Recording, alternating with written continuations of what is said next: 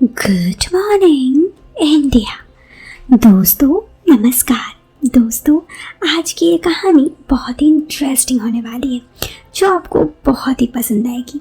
तो कहानी कैसी लगती है ये आप हमें कमेंट बॉक्स पे कमेंट करके ज़रूर बताएं। एक खास बात, अगर आप व्हाट्सएप पर हमारी बहुत ही इंटरेस्टिंग कहानियाँ सुनना चाहते हैं तो हमारे व्हाट्सएप के प्रीमियम मेंबरशिप बन सकते हैं और मेरे प्रीमियम ग्रुप में जुड़ सकते हैं, जिसकी पैक मात्र 150 रुपया और 100 रुपये की है पूरे 30 दिनों के लिए।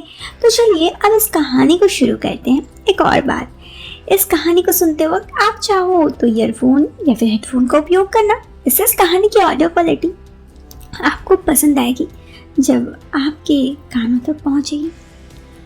दोस्तों ये कहानी मेरी एक फ्रेंड की है जिसका नाम मीना है। अब मैं आपको उसके आवाज़ में ये कहानी बताती हूँ। मैं मीना, उम्र मेरी अभी यही कोई 24-25 साल होगी। मेरी शादी को हुए अभी कुछ ही महीने हुए हैं, लेकिन इसी कुछ महीने में मेरी ज़िंदगी इस तरह बदल जाएगी मैंने कभी नहीं सोचा था। सच कहूँ तो मेरे घर पे पैसों की कमी तो हमेशा से थी। फिर पिताजी के गुजर जाने के बाद पैसों की दिक्कत और होने लगी। इधर माँ की तबीयत खराब भी चलती। इस वजह से कई बार मैंने सोचा था कि क्यों ना मैं शादी ही कर लूँ या जॉब कर लूँ। फिर घर वालों ने मेरी शादी करवा दी, मतलब मेरे कुछ रिश्तेदारों ने देखकर शादी करवा दी। मेरे पति गुपचुप का ठेला लगाते थे, मुझे इससे कोई दिक्कत नहीं थी। कुछ पैसे आते, किसी तरह घर चल जाता। ज़्यादा पैसों की ज़रूरत मुझे कभी भी ना थी, इसलिए जैसा सब कुछ चल रहा था बिल्कुल वैसे ही चल रहा था। शादी से मैं बहुत खुश थी, लेकिन शादी के बाद जैसे मानो मेरी ज़िंदगी बदल दी। मेरे पति गुपचुप का ठेला तो लेकर आते, लेकिन रोज़ रात को दारू पीकर आते। उनकी एक भी हरकत सही नहीं। मैं अपने ससुराल में 2 कमरे का छोटा सा कमरा था, 2 ठो, एक बाथरूम और एक किचन, बस इतना ही कमरा था। मैं अपने पति के व्यवहार से बहुत ज़्यादा परेशान रहने लगी, क्योंकि जो भी पैसे वो कमाते वो रात को सारे पैसे देख उड़ाकर दारू पी के आ जाते। इधर अपने मायके में मेरी बूढ़ी माँ अकेले रहती, कुछ रिश्तेदार रहते, ये मुझे पता था, रिश्तेदार आते वगैरह थे, लेकिन उधर माँ अकेली रहती। तो ऐसे ही समय गुजर रहा था। मैं कुछ सोचती कि कभी कुछ मेरे पति को बोलूँगी, लेकिन नहीं बोलती। लेकिन इस तरह ही समय बीतने के बाद एक दिन मेरा सब्र का बांध जैसे टूट गया।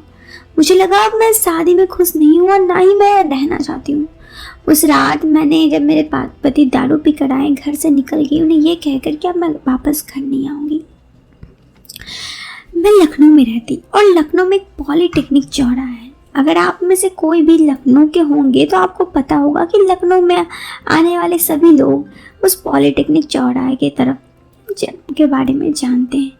मेरे घर से वो चौराहा कभी 10 मिनट का रास्ता में था। मैं उस चौराहे की तरफ पहुंची और रात को कुछ देखने लगी, मतलब कोई गाड़ी जो मुझे मेरे मायके तक छोड़ दे। ये सब देख ही रही थी, लेकिन मुझे कुछ गाड़ी मिल नहीं रहा था, शायद रात हो गई थी इसीलिए। तभी मुझे एक शख्स मिला, मैं उसे देख रही थी बार बार, तो वो भी मुझे देख रहा था। मैं उसके पीछे, मैं हॉस्पिटल की तरफ जा रही थी, तो मैंने नोटिस किया वो मेरी तरफ आ रहा है। थोड़ी मैं डर भी गई, क्योंकि रात का बात था और रात में कोई आपको फॉलो करे तो डर तो लगेगा। तो मैं भी उस वक्त काफ़ी डर गई। फिर मैंने सोचा कि उधर सामने लोहिया अस्पताल पड़ता है, उधर जाती हूँ, वहाँ से कोई मेरे गाँव तक जाने का साधन मिल जाएगा। तभी वो लड़का मुझे फॉलो कर रहा था। मैंने कहा क्या हुआ? तो उन्होंने कहा आप परेशान दिख रही हैं, कोई दिक्कत है तो मुझे बताइए। मैंने उन्हें बताने से मना कर दिया और मैं अपनी बात टाल दी। फिर मैंने कहा मुझे कुछ काम है और मुझे 12 बांकी तक जाना है। तो उन्होंने बताया रात को आपको 12 बांकी के लिए कुछ मिलेगा तो नहीं रास्ता में, ऑटो वगैरह? मैंने कहा कि हाँ। तो उन्होंने कहा कि आप क्या हुआ बताइए, आप यहाँ पे कैसे आई? तो मैं फिर बात टालने लगी, लेकिन फिर उसने मुझसे प्यार से बात की और भरोसा जीता। तो मैं उन्हें बताने लगी सारी अपने दिल की बात कि मेरे पति पानी पूरी का ठेला लगाते हैं, वो रोज़ दारू पी कर आते हैं। अभी हमारी नई शादी हुई है, मैं उनसे तंग आकर अपने घर जा रही हूँ। तो वो बोले कि मगर आप इतनी रात को कैसे जाओगी, यहाँ से कोई साधन नहीं मिलेगा। मैं आपको सलाह दूंगा कि आप अपने पति के पास ही चले जाओ, कल सुबह अपने मायके चले जाना। तो मैं बोली नहीं, अपने पति के पास तो हरगिज नहीं जाऊंगी, चाहे मुझे कैसी भी रात गुजरनी पड़ी। क्या आप मेरी मदद कर सकते हो? मुझे आप किसी तरह मेरे घर पहुंचा दो, आप जो कीमत मांगोगे मैं देने के लिए तैयार हूँ। मेरी बात सुनकर वो थोड़ी सोचने लगा। फिर उसने कहा ठीक है। उसने कहा मेरे पास बाइक है, क्या आप मेरे साथ चलना पसंद करोगी? मैंने सोचा और कहा हाँ, मुझे कुछ परेशानी नहीं है, मैं बाइक पे चलने के लिए तैयार हूँ। तो उस शख्स ने कहा कि ठीक है, आप यहीं पर रुको, मैं अपने कमरे से रूम से बाइक लेकर आता हूँ। फिर उसने अपने रूम से बाइक लेकर आया और मुझे बाइक पर बैठाया और अपने गांव की तरफ चल पड़ा। रास्ते में उसने अपना नाम नीरज बताया और मैंने उसे अपना नाम मीना। अब रोड खराब थी तो बाइक चलते चलते थोड़ी दिक्कत भी हो रही थी। मुझे भी थोड़ा डर लग रहा था क्योंकि अंधेरा हो रहा था, रात हो रही थी। रात तो हो ही गई थी और इलाका काफ़ी सुनसान था। फिर कुछ देर में, करीब 10-15 मिनट में हम घर पहुंच गए। घर पहुंची तो मैंने देखा मेरी बूढ़ी माँ वहीं थी। फिर वो वापस जाने लगा, नीरज मतलब जो मुझे बाइक में छोड़ने आए थे। तो मैंने उनसे रोका। वो बोले कि क्या हुआ? मैंने बोला रात हो गई है, इलाका सुनसान है, रास्ता भी खराब था, आपका इस तरह रात में अकेले जाना ठीक नहीं होगा, आप रात को यहीं रुक जाओ, कल सुबह चले जाना। तो उन्होंने मना कर दिया कि नहीं नहीं, कोई दिक्कत नहीं है, मैं चला जाऊंगा, आप अपनी फिक्र कीजिए, मैं यहाँ पर आपको परेशान करूँगा, मैं चला जाता हूँ।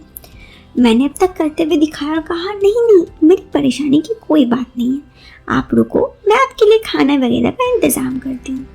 मेरे कहने पर उसने कहा ठीक है।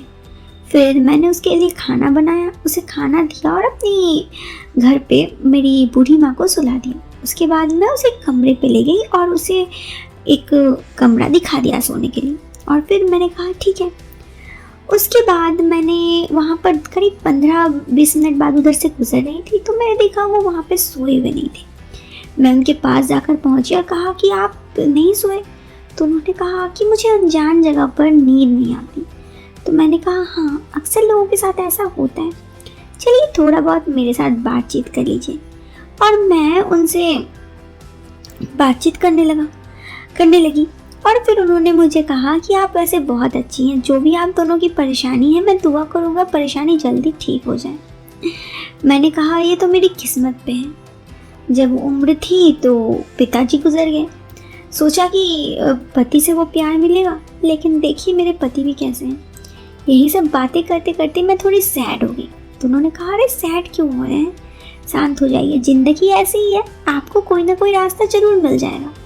उनकी बातों ने मुझे कुछ हौसला दिया और मैंने कहा हाँ, वो तो आप सही कह रहे हैं। फिर उसके बाद मैंने उनसे कहा अच्छा आप ये बताइए, आपने मुझसे ये पूछा था ना कि मैंने आपसे कहा था कि आप जो मांगोगे मैं वो दूंगी रात घर पहुंचाने के लिए, अब आपको क्या चाहिए? मेरे इसने कहने पर उन्होंने कहा मुझे आप चाहिए। दोस्तों, उनके ये बात सुनकर मुझे काटो तो खून नहीं, मैं तो जैसे चौंक गई, कोई ऐसे कैसे कह सकता है भला। लेकिन फिर उसके बाद दोस्तों क्या हुआ आप जानना चाहते हो मैंने उनसे क्या कहा? तो आप इंतज़ार कीजिए इस वीडियो के सेकंड पार्ट का। इस वीडियो का सेकंड पार्ट बहुत ही जल्दी आ जाएगा, तो इंतज़ार कीजिए। इस वीडियो से लेती हूँ अलविदा, मिलते एक नए वीडियो में कल सुबह में। तब तक के लिए वीडियो को लाइक और चैनल को सब्सक्राइब कर दीजिएगा। Till then bye bye, take care, bye.